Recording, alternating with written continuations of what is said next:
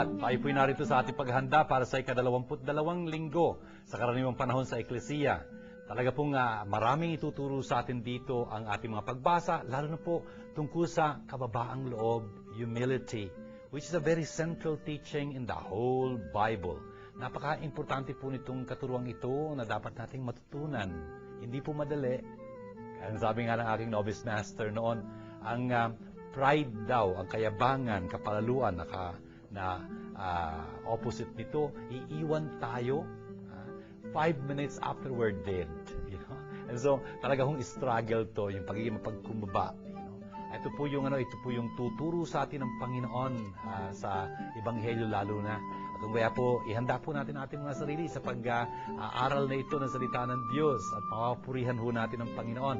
Kaya binabati ko kayong lahat ng sumusubaybay dito sa ating programa. Kayo nasa bahay, mga magulang, mga anak, mga kasambahay, lalo na yung mga may mabigat na dinadalang karamdaman o hirap, maibsan nawa ang inyong pasanin sa palatunatunan natin ito. At kayo pong mga kapatid ko sa kaparian, mga diakono, naghahanda ng inyong mga humiliya, yung pong mga katikis at seminarista, religyosa, na nakikiisa sa atin sa ating palatuntunan ito. So, naway pagpalain kayo ng Panginoon sa inyong pagsubaybay at sana'y kapulutan ninyo ng aral na magagamit nyo rin para sa iba. Hanggang pong sa pagpapatuloy ng ating programa, shalom sa inyong lahat.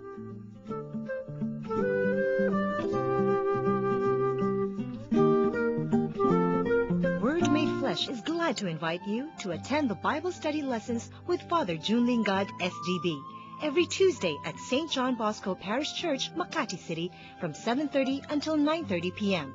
Every second and fourth Thursday of the month at VMI School Ayala Alabang from 7:30 to 9:30 p.m. and at Quiapo Church every Wednesday from 7:30 to 9 o'clock p.m.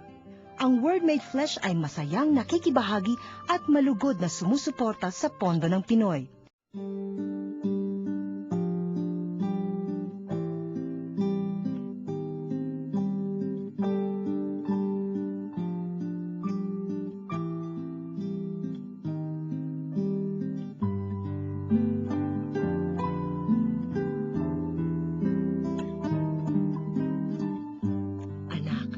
Maging mapagkumbaba ka sa pagtupad ng tungkulin at mamahalin ka ng mga malapit sa Diyos.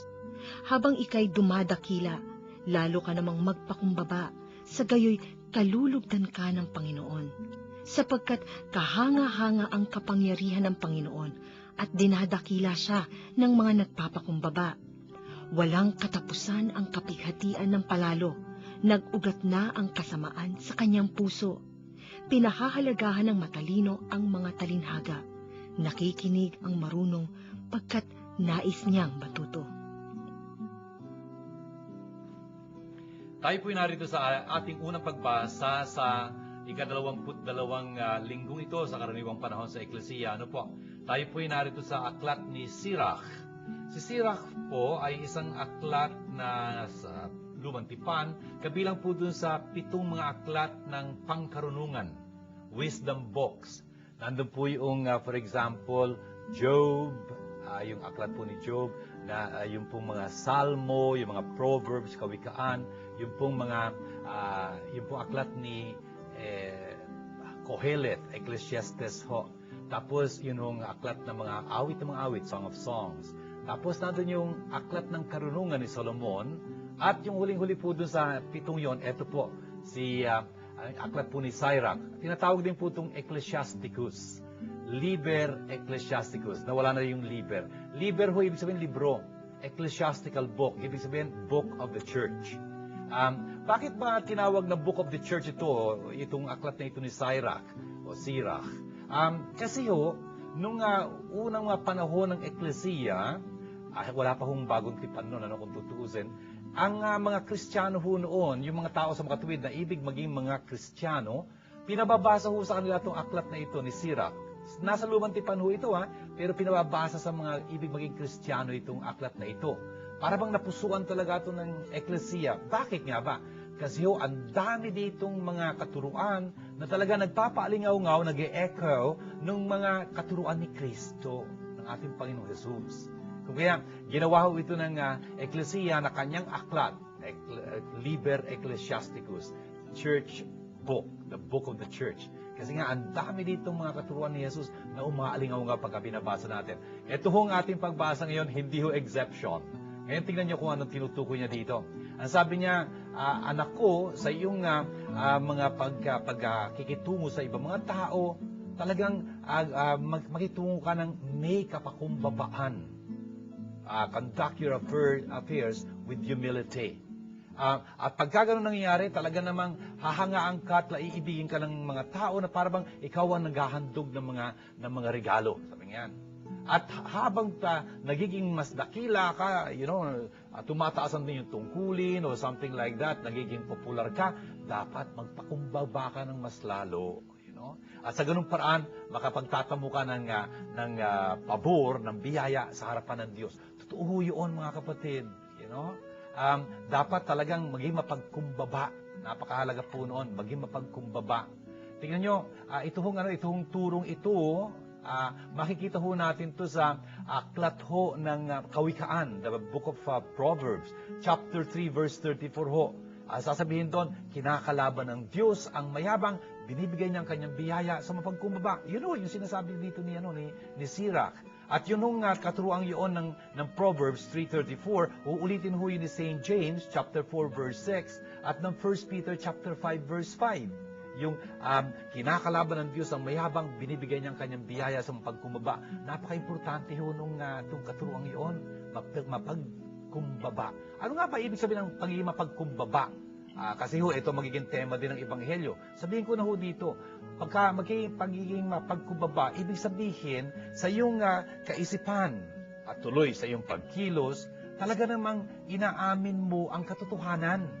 Oo, it is connected with truth. Anong ibig sabihin nun? Tayo hong mga tao, hindi ho po tayo puro mali. Ang buhay natin. Hindi ho, may mga kabutihan din sa buhay natin. Pero alam din natin, hindi puro kabutihan ang buhay natin, meron din ang mga kamalian. Kaya dapat nating aminin yung katotohanan iyon. At pagka inaamin mo yung katotohanan iyon, nagiging mapagkumbaba ka. Hindi man laging ko, hindi ko kaya, hindi ako marunong yan, hindi. Kahit na marunong siya, kahit na kaya niya. Hindi ho pagkumbaba yun. That's false humility when you think about it. Dapat tinatanggap natin yung katotohanan. May mga biyayang binigay sa atin ng Diyos, may mga katangian na dapat natin gamitin, hindi lang sa ating kapakanan, sa kapakanan ng iba, para sa kalulutian ng Diyos. Parang ganyan. We should acknowledge those things. And of course, pagka nagkamali tayo, dapat maging mapagkumbaba tayo. Nagkamali tayo ng katotohanan, aminin natin. Mapagkumbaba tayo. Tapos may sinasabi siya dito sa verse 20, sabi niya, yung napakatayong para sa'yo, yung napakataas para sa'yo, huwag mo nang hanatin. What is too sublime for you, seek not. Hindi lang yun. Into things beyond you, beyond your strength, search not. Brothers and sisters, tingnan nyo, importante alam natin ang ating sarili, yung katotohanan tungkol sa ating sarili. Napaka-importante, know yourself. Pagka ganun ho kasi, hindi tayo magkakamali na pasok ng di natin dapat pasukan. Tapos ayaw namang gawin, yung pwede niya namang gawin. Ay talagang mali, No. Pagka napaka-sobra na niyan sa iyo, kasi dapat alam mo kakayanan mo, no?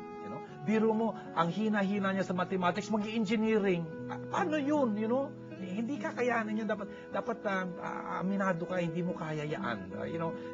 God has given you some other talents. Not there. Mapapahama ka lang doon. Siguro something else. Yung natuklasin mo yung nasa iyo. Yung masyado para sa iyo, huwag mo nang sikapin abutin yun. Sayang lang ang panahon mo. Sayang ang pagsisikap mo. Sayang, Whereas you could have been succeeding if you were out in other fields. Na makikilala mo, nandun ang katangian mo. That's very important, brothers and sisters. What is too sublime for you? Seek not. Into things beyond your strength, search not. Tapos sabi niya dito, ang isip ng isang taong marunong, the mind of a sage, appreciates proverbs. Kasi yung mga proverbs na ganyan, ang ikli-ikling pangusap, pero ang yaman-yaman naman. For example, yung sinasabi ni Jesus, kung nasan ang iyong kayamanan, nandun ang iyong isipan. Ito naman yung di ho ba? Kung ano yung talagang tinuturing mong napaka-importante para sa iyo, yun lagi mo naiisip. Tapos dito sa dulo nito, sabi niya, water quenches flaming fire. Hindi ba, tinutupok, inaalis ng tubig ang kahit na nagliliyab na apoy na ganyan. Ganun din naman, ang pagka mapagpatulungin ka, you give alms, yung limos, yung pagtingin sa kapwa mo mga dukha, nagbabayad sala ka pagka ganun. Friends, that's very important. Alms atone for sins. Sana maintindihan natin itong pagbasang ito, yung kapakumbabaan, yung talagang mapagbigay sa ating kapwa, talagang biyaya ng Diyos yung ang laki ng ginagawa sa ating buhay.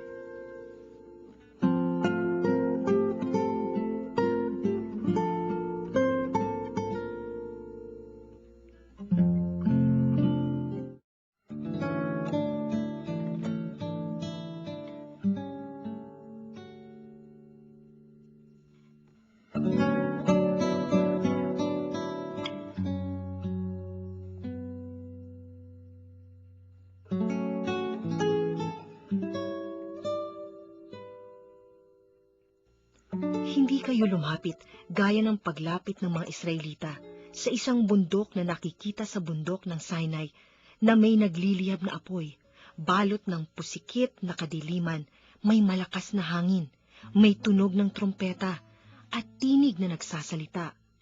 Nang ang tinig na ito'y marinig ng mga tao, isinamo nilang tumigil iyon ng pagsasalita sa kanila, sapagkat hindi nila mabata ang utos na ito. Ang sino mang tumapak sa bundok, kahit hayop, ay babatuhin hanggang sa mamatay. Talagang nakakikilabot ang kanilang natatanaw, kaya't pati si Moises ay nagsabi ng ganito, "Nanginginig ako sa takot." Ang nilapitan ninyo'y ang bundok ng Sayon at ang lungsod ng Diyos na buhay, ang Jerusalem sa langit na kinaroroonan ng di mabilang na anghel. Lumapit kayo sa masayang pagkakatipon ng mga ibinibilang na panganay na nakatala sa langit. Lumapit kayo sa Diyos na hukom ng lahat at sa mga espiritu ng mga taong banal na naroon na sa dakong inilaan sa kanila ng Diyos. Lumapit kayo kay Jesus, ang tagapamagitan ng bagong tipan. Tayo po narito sa ikalawang pagbasa, hango uli sa aklat sa sulat sa mga Hebreo, the letter to the Hebrews. Chapter 12 pa rin tayo. At anong sinasabi dito? Hindi kayo lumapit sa isang lugar na talaga namang nagliliyab, talagang napakadilim, tapos mayroon pang bagyo, malalakas na huni ng trompeta, tapos nagsasalita ng mga kataga na hiniling na yung mga katagang yun ay huwag nang sabihin sa kanila. Friends and sisters, ito hong sinasalarawan dito ay yung pangyayari doon sa bundok ng Sinai. Nung nagpapakita ho ang Diyos doon at magbibigay sa kanila ng mga batas niya. Talaga namang grabe yung pangyayari nyo. Talagang lumilindol, tapos kumikidlat, kumukulong, tapos talaga namang takot na takot yung mga tao kasi nandoon ang Diyos, bumababa doon sa bundok na yon. It was so majestic yung pangyayari yun. Talaga namang nung magsasalita ang Diyos, sabi ng mga tao kay Moises, Moises, ikaw na lang humarap sa kanya, wag sa amin kasi mamatay kami. Yes, can you imagine? Kung yung mga istorya lang na mga bagay-bagay na wala dito sa mundo natin, yung bang hindi natural kundi preternatural, mga multo, mga kaluluwa, nakakamangindig na ng balahibo yung pakayang makakatagpo mo ang Diyos. Talaga naman, pwede ka mamatay doon sa pagkakataong yun. Friends, it is like that. I mean, we are living on a natural level, mga tao nakakasalumuhan natin, pero pagka iba na usapan, nakakapanindig na ng balahibo, lalo na pagka ang Diyos ang kakaharapin mo, No one can see God and live. Yun ang sinasabi sa Biblia. Kung kaya, sabi nila kay Moises, ikaw na lang Moises ang humarap sa Diyos, something like that. Francis says, itong sulat sa mga Hebreyong binabasa natin ngayon sa chapter 12, sabi sa atin, hindi tayo nakipagtagpo ng ganun sa Diyos. Hindi. You have approached, sabi niya kaya, instead, you have approached Mount Zion, the city of the living God. Ang pinuntahon natin ay ang bundok ng Sion, ang siyudad ng buhay na Diyos, the heavenly Jerusalem. Ano ba tinutukoy dito? Kasi tutukoy niya dito, countless angels in festal gathering, assembly of the firstborn enrolled in heaven. Tapos the God, judge of all, spirits of the just, made perfect. Tapos Jesus, the mediator of the new covenant, Francis, ano ba binabanggit dito ng Panginoon? Tayo po, nananampalataya kay Kristo, at pinakita natin yung pananampalatayang iyon sa pamagitan ng ating binyag. Brothers and sisters, tayo po talaga ay nakisalamuha sa Diyos. In fact, naging mga anak po tayo ng Diyos. Wala akong tawad yun, I mean, it's so beautiful a relationship that Jesus enabled us to have with God. Mga Hudyo nung una, hindi ho ganito ang relasyon nila. Ang Diyos nila, malayo sa kanila, talagang, of course, nakikisalamuha sila kung tutuusin. Tapos takot na takot sila. Tayo ho, hindi na ganun. Oo, ang Diyos ay Diyos pa rin sa atin, kaya lang, siya'y ating Ama. Yun ang tinuro sa atin ng ating Panginoon. Ama namin, something like that. O kaya, kay San Lucas na binasa natin noong nakarang mga linggo, narinig natin, Abba. At talagang napakalapit ng pagkakalagay sa atin ni Jesus, yung relasyon na tinatag niya sa atin. Kung kaya naman, hindi tayo mag-isa. Tayo po ay talagang kabilang doon sa assembly of the firstborn. Yung firstborn ibig sabihin, yun ang magtatamo ng mga pagpapala ng ama sa isang pamilya. Talaga namang lamang na lamang siya pagka firstborn siya. Firstborn ibig sabihin panganay na lalaki. The point is, tayo bilang mga miyembro ng eklesiya, kung tutusin para tayong mga firstborn, yun mga pagpapala ng Diyos na ibibigay sa atin, katakot-takot ang dami-dami. Pero higit sa lahat tayo talaga ay nahaharap sa ating kapatid na si Jesus. Siya ang namamagitan dito sa bagong tipan. Kaya sa misa, narinig natin, ito ang kalis ng aking dugo sa bagong tipan. Yes, nakipagtipan, nakipagkontrata, nakipagkasunduan ng Diyos sa atin. At tayo sa Diyos sa magitan ni Jesus. Nakita niyo yung krus? Yung krus merong vertical, may horizontal, right? Yun ang vertical na yun, talagang pinagkasundo tayo ni Jesus sa Diyos. Tayo sa Diyos. At pinagkasundo tayo ni Jesus sa ating kapwa. Yun yung He is really in the middle, the mediator ng bagong tipan. Nakipagkasundo ang Diyos sa atin. At ito ay yung ginawa niya sa magitan ng kanyang sariling dugo. Kasi nakipagtipan ng Diyos noon at pinipirmahan ang isang kontrata, hindi ba? Ang pirma ng kontrata nila noon ay yung dugo ng hayop na pinaalay sa kanila ng Panginoon. Yung kalahati noon, winiwisik doon sa altar, kalahati winiwisik sa kanila. Pinapakita doon na talagang meron silang kasunduan. At sinasabi natin dito nitong sulat na ito sa mga Hebreo, yung ating bagong tipan ay talagang pinagtibay din ng dugo. Kaya lang, dugong na nagsasalita ng mas magaling pa kaysa sa dugo ni Abel. Si Abel isang taong matuwid, na pinatay ni Cain. Yun dugong yun ni Abel, talaga namang dugo ng isang taong matuwid. Sabi dito nitong manulat na ito, the sprinkled blood of Jesus that speaks more eloquently than that of Abel. Kasi yung dugong yun ni Jesus, ang sabi nga sa atin ni San Pedro, 1 Peter chapter 1 verse 18, tandaan ninyo kung paano kayong niligtas, paano kayong tinubos,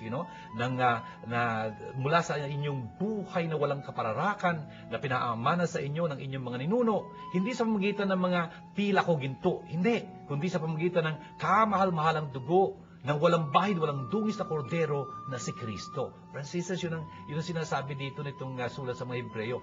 Tayo po, sa pamamagitan ng ating binyag, nagsalamuha tayo, sa ecclesia, the assembly of the holy ones, the spirits of the just.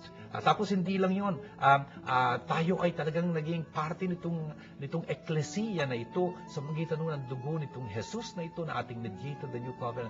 Nagpapasalamat po tayo sa napakalaking karangalan ito. Ito yung ating Eucharistia, yung ating Thanksgiving, ating misa ng pasasalamat sa Panginoon para sa biyayang napakalaking ito.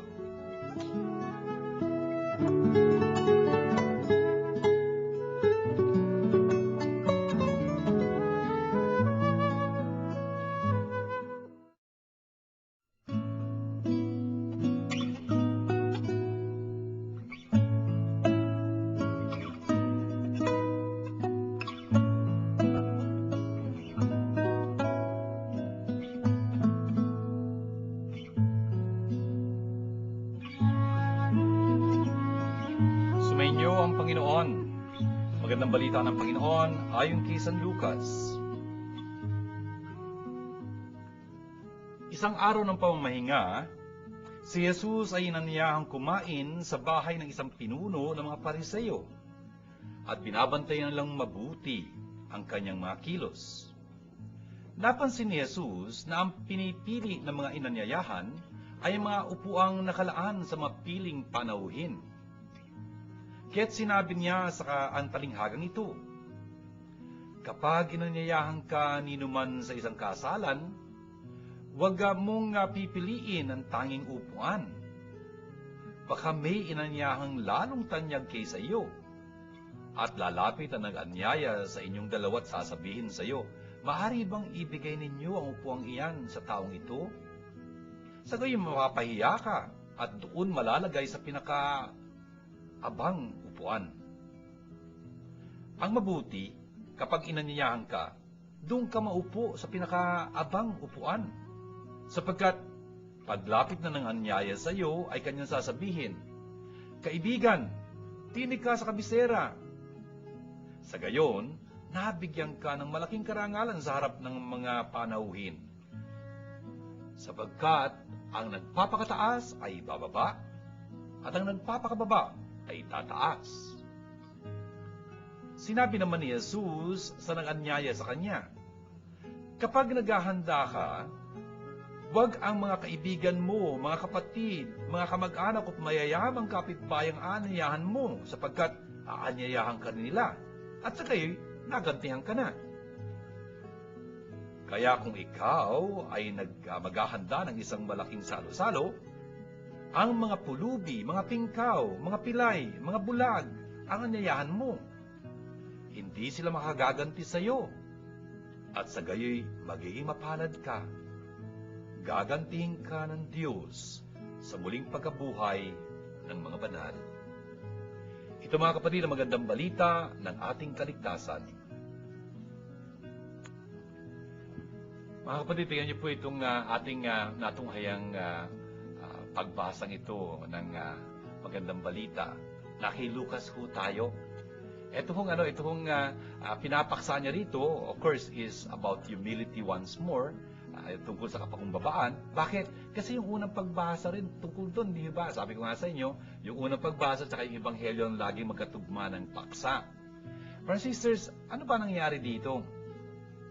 Ayun, naanyayahan si Jesus na makihapunan, sa isang bahay ng isang, tanyag at nanungunang Pariseo. Tingnan nyo to, si Jesus, marunong siya makisalamuha sa lahat ng mga tao. Ito isang Pariseo, a leading Pharisee in fact. Ayun, pinaunlakan ni Jesus yung anyaya sa kanya. Nandun siya. Yun pala, talagang maobserbahan nila si Jesus. Baka meron silang masilip na pwede nilang gamitin na paparatang sa kanya. Ewan ko lang, hindi naman siguro yun ang inanyaya sa kanya yun. I don't know, but the point is, ganun, nandun si Jesus sa isang tahanan. Siguro marangya yung preparation, marami sila doon. Tapos, ayan, yung mga ibang mga tao naman, talagang they were spying on him. People were observing him carefully. Tapos, anong napansin ni Jesus? Nakita niya kasi, yung mga taong inanyayahan, naguunahan po doon sa mga upuang mas malapit doon sa kabisera, kung hindi man doon sa kabisera. Kaya meron siyang talinghaga, parabola, na ikinuwento sa kanila. At tandaan ho natin uli, parabola, parabole. Para, ibig sabihin, alongside, bole, ibinato. Okay? Ibinabato sa gilid mo. Isang istorya to hango sa pang-araw-araw na buhay na nagtataglay ng isang leksyon. Ngayon, dapat na ihambing mo sarili mo dito sa istoryang ito. Kaya nga, nandyan sa gilid mo lang siya. Tapos nakatapon siya dyan sa gilid mo para maihambing mo nga ang iyong sarili sa istorya. Ano nga yung istorya? Sabi niya, pagka inanyayahan ka ng isang kaibigan sa isang salo-salo ng kasalan, kasi hanggang ngayon naman wedding is the most popular sacrament. Ang dami-dami nagpapakasal kung tutuusin. Anyway, the point is, pagka inanyayahan ka sa isang kasalan, ano dapat mong gawin? Paduong ka sa pinakahuling lugar. pinakahuling lugar. Pinakamababang upuan doon. Bakit?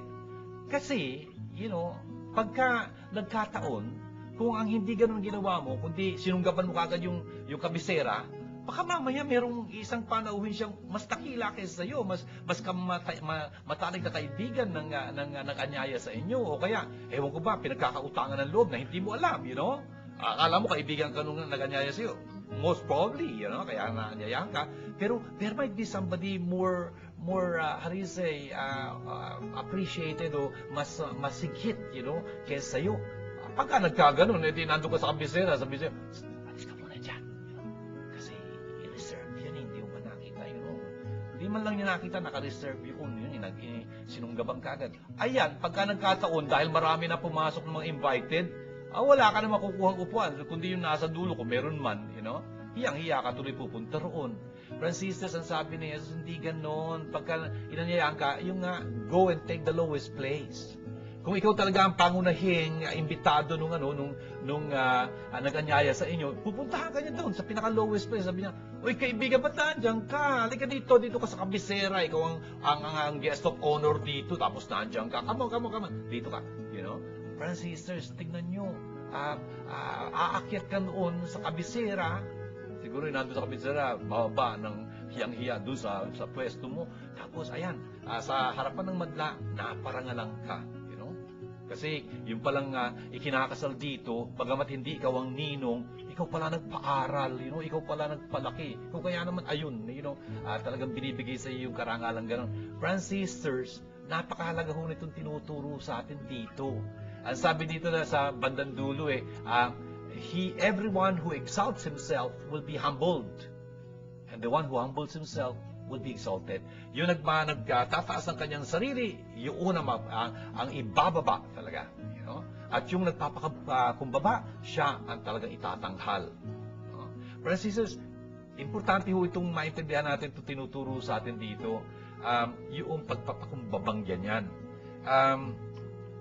Si Jesus ho, paulit-ulit niyang tinuro ito. Paulit-ulit niyang tinuro itong kapakumbabaang ito.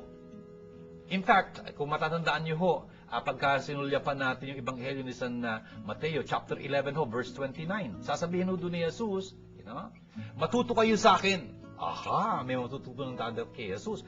Ano matututunan natin kay Jesus? Ano dapat natin matutunan sa Kanya? Hindi ho yung paggawa ng himala. Hindi ho yung pagtuturo ng magaling. Hindi ho yung pag-akit ng mga tao para sumunod sa Kanya. Hindi ho. Ginawa ho ni Jesus yun, pero hindi yun ang sinabi niyang matutunan natin dapat sa Kanya. Anong dapat natin matutunan sa Kanya? Sabi niya, matuto kayo sa akin dahil ako'y maamo at mapagkumbaba sa puso. Friends, sisters, tingnan nyo, of course, yung puso dito, si Jesus Hudyo, yung puso ho na tinutukoy niya, hindi ho yung puso natin. Sa atin ho, kung si Jesus ay Pilipino, ang sasabihin niya, matuto kayo sa akin dahil ako'y maamo at mapagkumbaba sa aking isipan. Ang puso kasi, isipan para sa atin. Bakit? Yung puso kasi para sa isang Hudyo is not the seat of emotion katulad natin. It is the seat of thought. Kung kaya, isip para sa atin yung isipan. Anyway, yun ang sinabi ni Jesus sa atin, yun ang dapat nating matutunan sa Kanya. Yung kaamuang yun, hindi ho siya maligalig, hindi siya mapusok, hindi siya pasagulero, hindi siya ewan ko ba, pagka nandun, ang gulo talaga pagka nagkataon. Kasi lagi siyang bida, lagi siyang, ewan ko ba, hindi, mapagkumbaba ho siya sa kanyang isipan. Napakahalaga ho noon. Yun kinuwento sa atin sa unang pagbasa, na talagang dapat, ituring mo sarili mo na pinakahuli sa lahat. Ano ho yun? Sinagawa ho ni Jesus yun. Napaka-importante nun. At talagang magpakumbaba. Yun ho ang ginawa ni Jesus. Pagka binasa natin yung sulat, for example, ni San Pablo sa mga taga Filipos, a reading from the letter to the Philippines. Sabi nga isang nagbasa nung sulat, na-confuse siya. Philippians ang basa niya. Ang lapit naman kasi. Anyway, talaga para sa Philippines itong sulat na ito kung tutuusin. Ano sabi niya diyan? Sa chapter 2, verse 3 and 4. Ang sabi niya, wag niyong gagawin ng anuman dahil lang sa pagiging, ganid, pagiging pag-angkin, out of selfishness, or out of vainglory, kayabangan. Instead, humble, humbly regard others as more important than yourself. Narinig niyo ho yun? Dapat daw ho, ituring natin ang iba, na talagang mas dakila pa kaysa atin. Medyo ang hirap gawin ito. Kasi baliktad eh ang tinuturo sa atin mula sa kamusmusan, ang galing-galing natin, ang galing-galing natin, ang galing. Of course, hindi naman dapat sasabihin ang bobo mo talaga, wala kang silbi, wala. Hindi ho din na dapat negative yun eh. Pero ang importante, turuan tayo talaga mula sa kamusmusan, uy, huwag ka magmamayabang, baka mamaya makatagpo ka ng katapat mo di napahiya ka ng todo. No. I mean, normal ka lang. Kapag meron kang kaya, kayanin mo, Pagka hindi mo kaya, huwag mo papasukan, something like that. Yung ituring mo na yung iba, mas dakila kaysa sa'yo, hindi yung, ang ere-ere mong ganyan, or something. No. I mean, brothers and sisters, this is a biblical value, It's very important to understand this. Humbly regard others as more important than yourselves. Yun ang turo sa atin sa Pablo. Philippians chapter 2, verses 3 and 4, Brothers and sisters, tingnan niyo yun. Meron nung isang aklat in Christianity, ang tawag ng imitation of Christ, the imitation of Christ. Alam niyo, there is a passage there which says, don't think that you have made, progress in your spiritual life until you think of yourself as lower than others. Ganun yun. Pagka ang pag-iisip mo, ang galing-galing mo, ikaw ang pinaka, wala ka pang nagagawang, kaunlaran sa iyong buhay spiritual. Hindi ka pa nag-uumpisa. Brothers and sisters, did you understand that? So very important. That's what Jesus teaches us, in this reading, in this gospel reading from Saint Luke. Tapos sa dulo nito, ang sabi niya, yung pagka mag-iimbita ka, sinabi niya doon sinabi niya ito sa nag-anyaya sa kanya. Pagka mag-iimbita ka, ang imbitahin mo hindi yung mga kamag-anakan mo. O kaya yung mga mayayaman mga kapitbahay. Bakit? Kasi imbitahin ka rin nila. Francis, totoo ba yun? Natural, sino ba nag-iimbitahan? Yun ay iimbita. Hindi ganun, sabi ni Jesus. Rather, pagka meron kang magpapaparty kang ganyan, ang imbitahin mo, yung mga dukha, yung mga pingkaw, yung mga lumpo, yung mga bulag, Ang hirap ata nun, hindi mo yun ang imbitahin mo. Yes, yung mga tao hindi ka talaga pwedeng imbitahin. Kasi walang-wala sila. Pagka ganun, hindi ka nilang babayaran, ang magbabayad sa iyo ay ang Panginoon. You will be repaid, understood by God at the resurrection of the righteous. Brothers and sisters, ibang-iba po yung ibang pag-iisip ni Jesus, ang dapat na talagang pag-uukulan ng pansin ay yung mas kapos, yung mga dukha, of course, hindi yung ibig sabihin nito, hindi ka mag-iimbita ng mga kaibigan mo. Natural, that's the most natural thing. Kaya lang, wag natin laging isipin ganun, Kasi ang dapat natutunan bilang Kristiyano ay yung pagpapahalaga ni Kristo. Dapat baguhin natin yung ating isipan. Yun ang unang-unang inutos sa atin ni Jesus yung unang-unang pangangaral ni Jesus, tandaan nyo lagi Matthew chapter 4 verse 17. Doon nag-umpisa. From that time on, Jesus began to preach. And He said, tingnan nyo, it is the beginning of the preaching of Jesus. Ano sabi niya? Repent, for the kingdom of heaven is close at hand. Ano yung repent na yun? Sabi ko nga sa inyo, sulyapan nyo yung original noon, metanoite. Ibig sabihin ng metanoite, palitan ninyo ang inyong isipan at pagpatuloy nyo yung pagpapalit ng isipang yaan. Gawin nyo ang isipan nyo, ang isipan ni Kristo. Ipapalit nyo yun sa isipan nyo dahil papalit ang isipan Ang pagpapalit nyo doon yung isipan ni Kristo. Ang isipan ni Kristo, kapakumbabaan. Ang isipan ni Kristo, talagang hindi yung pagmamataas. Hindi yung, ang pinaburan niya, kung meron man siya papaburan, ay yung mas dukha. Francis, ang isang Kristiyano ganun. Dapat, ang isang Kristiyano sensitibo sa pangangailangan ng mga kapos. Hindi yung mga nakakarangya. Kung kaya nga, kung tutulong siya, tutulungan niya lalo na yung nangangailangan ng tulong. Bakit mo patutulungan yung hindi nangangailangan nun? Hindi yun ang isang Kristiyano. That's why Jesus is so attractive, so beautiful, so fair. It's he really addresses our needs, my needs, your needs. Kung kaya nga, bagamat napakayaman niya, yun ang sinasabi sa atin sa Pablo, napakayaman niya, iwinaksi niya yung kayamanan iyon upang payamanin tayo sa kanyang karukhaan.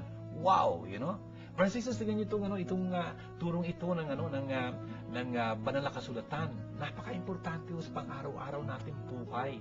Ang nangyayari ho nito pagka nakikinig tayo sa salita ng Diyos, talaga nauusisa natin sarili natin. Ano ba sinasabi ni Jesus sa akin ngayon? Parang nandito tayo kamukha ni Samuel. Natandaan niyo ba yung batang si Samuel na nandun siya sa templo? Tinatawag siya ng Panginoon.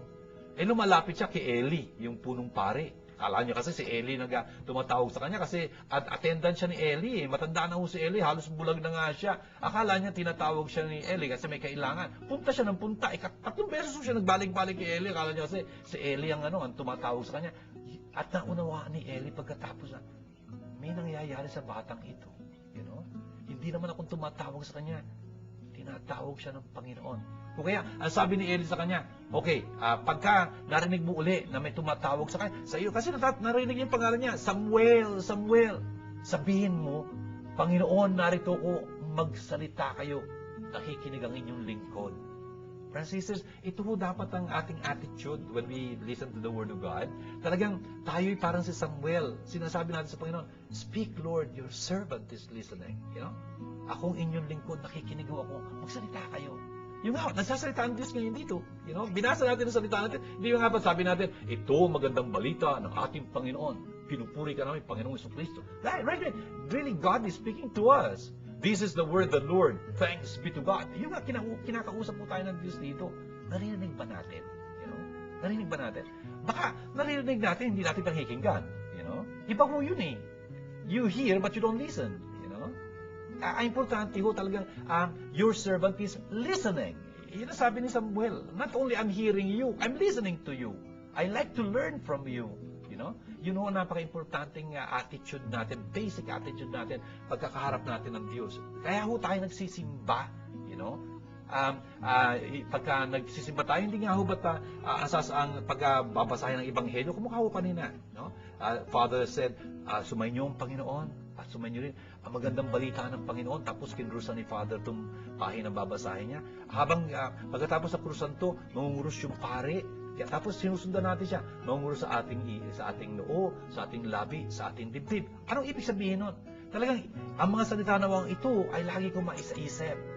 Talagang mamutawi sa aking mga labi bilang panalangin, At talagang kimkimin ko sa aking puso tulad ng ginawa ni Maria. Kasi madalas hindi natin kagad maintindihan ang salita ng Diyos. Kaya nga kinikimkim natin dito, pinagbubulay-bulay natin. We meditate on God's Word. Hopefully, little by little, without fail, papaunawa sa atin ng Panginoon yon. Tapat ho ang Diyos. Hindi niya tayo tuturuan tapos hindi naman pala tinuturuan. Hindi naman ganun yun. Tinuturuan niya tayo, ibig niya matutunan natin yun, tutulungan niya tayo matutunan yun. That's it. But you got to persevere. Siguro, at first hearing, you might understand that. Naintindihan mo yung English, pero hindi yung ibig sabihin, Pero don't worry about that. Mary also did not understand everything. You can read that. For example, Luke chapter 19, chapter 51, chapter 2, verse 19, and chapter 2, verse 51, makikita nyo, gulat na gulat sila, hindi na naintindihan kung ano sinasabi ng pastol, nung batang si Jesus sa templo, hindi na maintindihan. Anong ginawa ni Maria? Kinimkim niya yun sa kanyang puso. That's exactly what we should be doing. In order that little by little, maintindihan natin ito sinasabi sa atin ng Panginoon.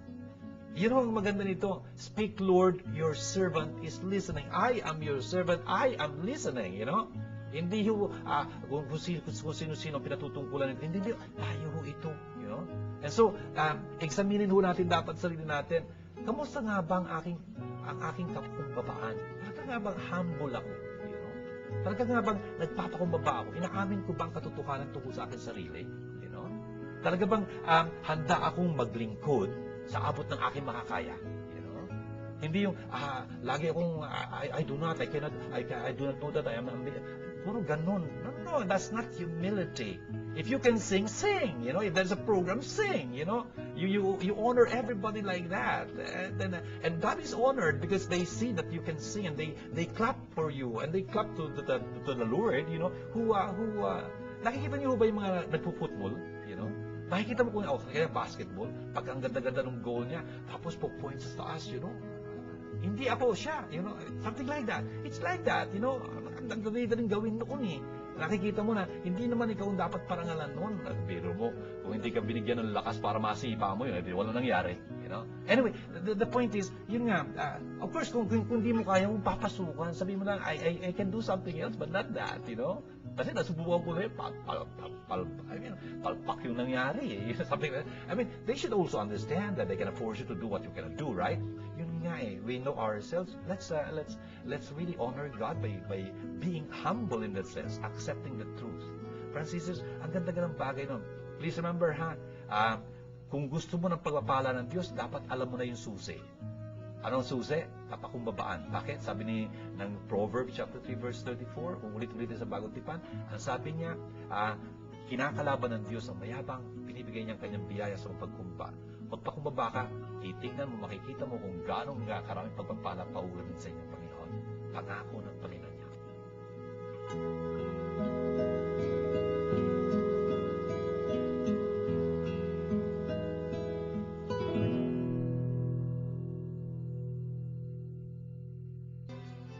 Hi, this is Father June Lingard, the Salesian of Don Bosco, from here in Word Made Flesh Foundation Incorporated. We have been airing our Word Made Flesh TV program a whole 2 years and 9 months now, and all with God's help, no sponsor whatsoever. As you can understand, God is really counting on people whom He is touching through this program. And so if you feel blessed by this program, Word Made Flesh, do help us, do help God, do help the Word Made Flesh. And so here are our accounts, bank accounts with the Philippine Bank of Philippine Islands. Our peso account 0011165362. And our dollar account, BPI 0014151206. Please know that even now, with your goodwill, God is already blessing you. And so I like to thank you on behalf of Word Made Flesh Foundation. Shalom.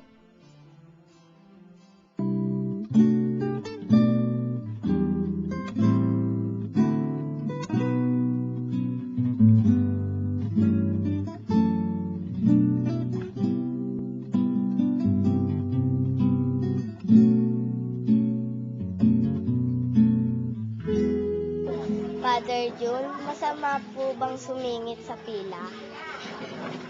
Thank you, Princess, sa iyong tanong. Father June, masama po bang sumingit sa pila? Itong tanong na ganito, no, simple-simple, pero may mga dito, no, may mga values, may mga pagpapahalaga na nilalaman to masama po bang sumingit sa pila? Lalo na kung mahaba yung pila, you know? Ibig sabihin, naghihintay na mahaba yung mga tao. O sige, pumasok ka dyan sa pila niya, tingnan natin kung ano mangyayari sa'yo, you know? Sisigawan ka siguro, or something like that. Kasi mali. Bakit? Maghihintay siya na matagal Ikaw ba, Princess, kung ikaw kunyari naghihintay doon, you know, pagod na pagod ka na pawis ka kasi ang tagal-tagal mo naghihintay, you know?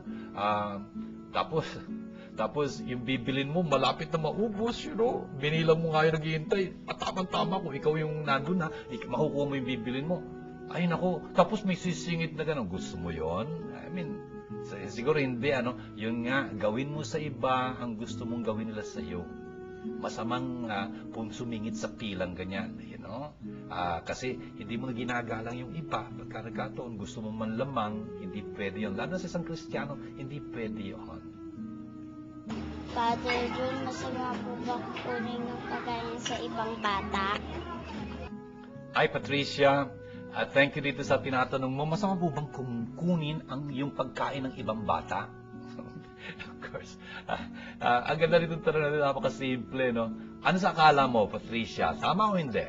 You know? Masama o mabuti? Palagay ko, ikaw din.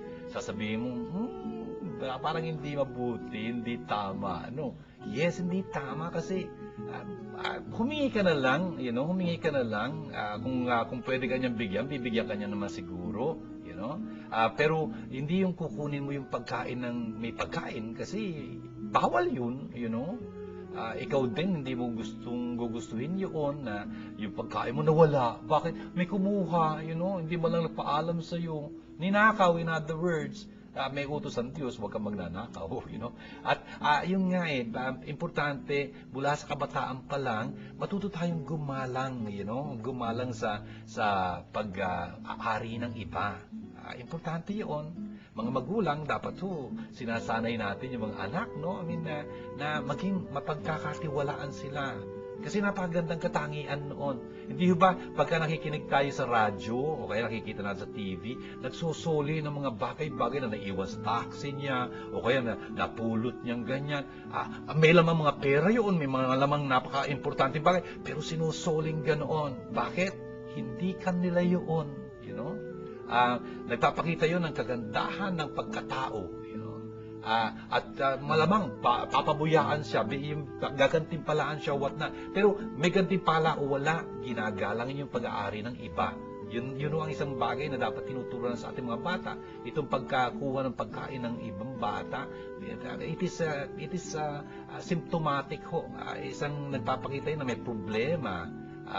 Malamang hindi natuturuan mabuti sa tahanan yun.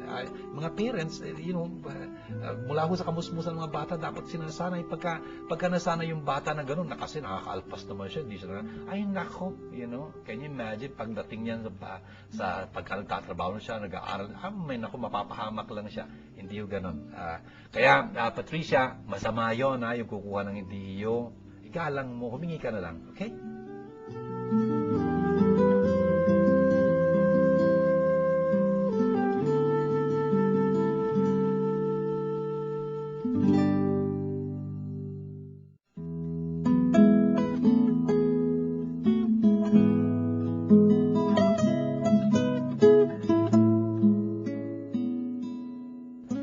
Mga kapatid, sa ating pagdiriwang na ito ng ika-22 linggo sa karaniwang panahon sa Eklesiya, ang dami pong pinaalala sa atin ng mga pagbasa natin, di ba?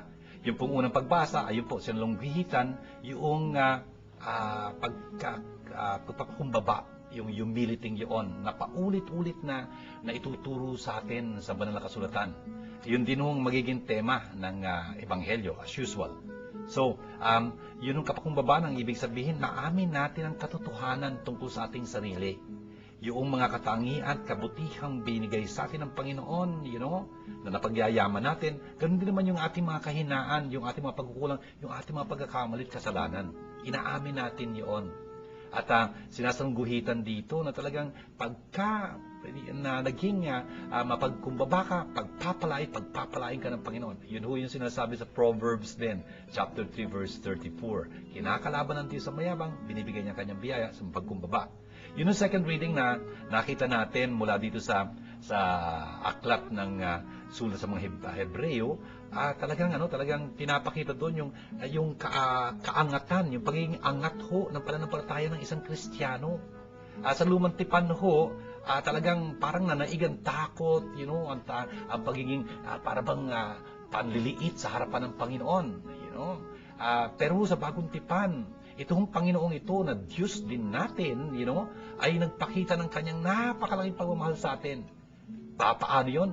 Sinugo niya ang kanyang anak. At sa pamamagitan ng kanyang anak, binigyan tayo ng pagkakataon talagang matipon din tayo, maging eklesiya tayo, the community of believers in Jesus, who is the mediator of the new covenant. Isang tipanho na talagang pinagtibay ng Diyos, hindi sa pamamagitan ng dugo ng mga hayop, mga ginto't pilak, hindi, kundi sa pamamagitan ng kamahal-mahalang dugo ng ating Panginoong Jesus. Yun yung nangyayari sa atin. Kaya makikita natin sa pagbasang ito, sinasalungguhitan, angat na angat yung ating pananampalataya. Kaya nga pinagpapasalamat natin sa Panginoon. Tapos doon sa Ebanghelyo, balik tayo doon sa kaisipang yun, doon sa punto, sa temang yun, ng pagpakumbaba, kababaang loob. Friends, sisters, si Jesus mismo, entendido niya, hindi naging madali talaga yung pagtuturong yun. Kasi hanggang sa huling hapunan, paulit-ulit natin sinasabi dito yon, hanggang sa huling hapunan, yung kanyang mga disipulo, nagbabatikus pa rin, nagpapaligsahan pa rin kung sino daw ang pinakadakila sa kanila. Hindi na naintindihan yung tinuturo ni Jesus. Kaya anong gagawin ni Jesus doon? Huhubarin niyo yung kanyang panlabas na kasuotan, magbabalabal ng magbibigkis ng isang tuwalya, papapupunoy ng tubig yung palanggan at huhugasan ang kanilang mga paa, hiyang-hiya sila. You know? Panginoon at Guro, ang turing niyo sa akin, tama, akong Panginoon at Guro ninyo. Pero, hinugasan ko yung inyong mga paa upang bigyan kayo ng halimbawa, maghugasan kayo ng paa sa isa't isa. Brothers and sisters, that was a lesson, not anymore in words, but in action about humility, yung paglilingkod sa isa't isa. Brothers and sisters, napaka-importante ho nung bagay na yon. At yun nga, sinasalungguhitan sa atin dito, dapat turing natin ang iba ng masigit sa atin. Yun ho yung dapat na maging palatandaan ng kapangkumbabaan natin pagka tinuturing natin yung iba na masigit sa atin, you know. Kung meron tayong ihigit sa kanila, yung ang ihigit natin sa kanila, yung pagiging mapagkumbaba natin, hindi yung pagiging mayabang, you know. Ganun ho yun. Brothers and sisters, ito ho yung dapat nating matutunan mula kay Jesus. Doon ho sa Ebanghelyo, paulit-ulit niyang sinasabi sa atin, matuto kayo sa akin. Ang nagpapakataas, ibababa. Ang nagpapakababa, itataas. You know? At ang sabi pa sa atin nung letter to the Philippians na sinisitas natin kanina, chapter 2, verses 2 and 3. Doon ho sa verse 5 nun, sasabihin ho sa atin ng letter writer niyo, kaya namang gawin yung inyo ang isipan ni Kristo. Ang isipan ni Kristo, bagamat siya'y Diyos, hindi niya inangkin ang pagka-Diyos na dapat hamultin, nagpakumbaba ho siya. Talaga. Nagpakumbaba, naging masunuri ng kamatayan sa krus. Kaya ano naging resulta? Tinanghal siya ng Diyos. Binigyan siya ng napakadakilang ngalan. Kaya nga lahat sasamba sa kanya sa langit, lupa at ilalim ng lupa. At sasabihin nila, si Jesus ang Panginoon sa kalulutian ng Diyos Ama. Yun ang ating ginagawa sa tuwing nagmimisa tayo, tuwing nagbabasa tayo ng salita ng Diyos. Talagang si Jesus ang ating huwaran. Kaya gawin ho natin panalangin ng lahat ng ito sa ngalan ng Ama at ng Anak at ng Espiritu Santo. Amen. Abba, mapagmahal naming Diyos at Ama, salamat po marami sa mga itinuro niyo sa amin sa araw na ito. Lalo na ho yung kapakumbabaan, ang hirap-hirap matutunan. Dahil parang likas sa amin ang kayabangan. Pero yun ho ang susi ng inyong pagpapala. Paulit-ulit yung sinasabi sa amin.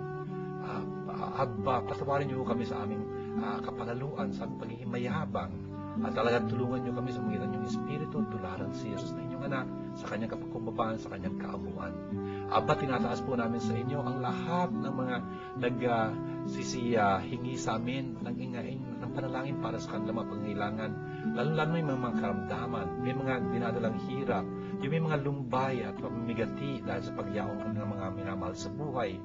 Tinataas din po namin sa inyo ang lahat ng tumutulong sa amin sa gawain ito ng Word Made Flesh. Yung pong ibig din tumulong sa amin, pagpalain nyo na sila. At sana po itulungan nyo kaming matularan ng aming ambirin na talagang itinaas ninyo dahil nilingap nyo ang kababaan ng inyong lingkod. Kaya po, hinihiling namin itong lahat alang-alang kay Kristo, aming Panginoon. Amen. Sumainyo ang Panginoon at pagpalain kayo masaganang makapangyarihang Diyos, Ama at Anak at Espiritu Santo.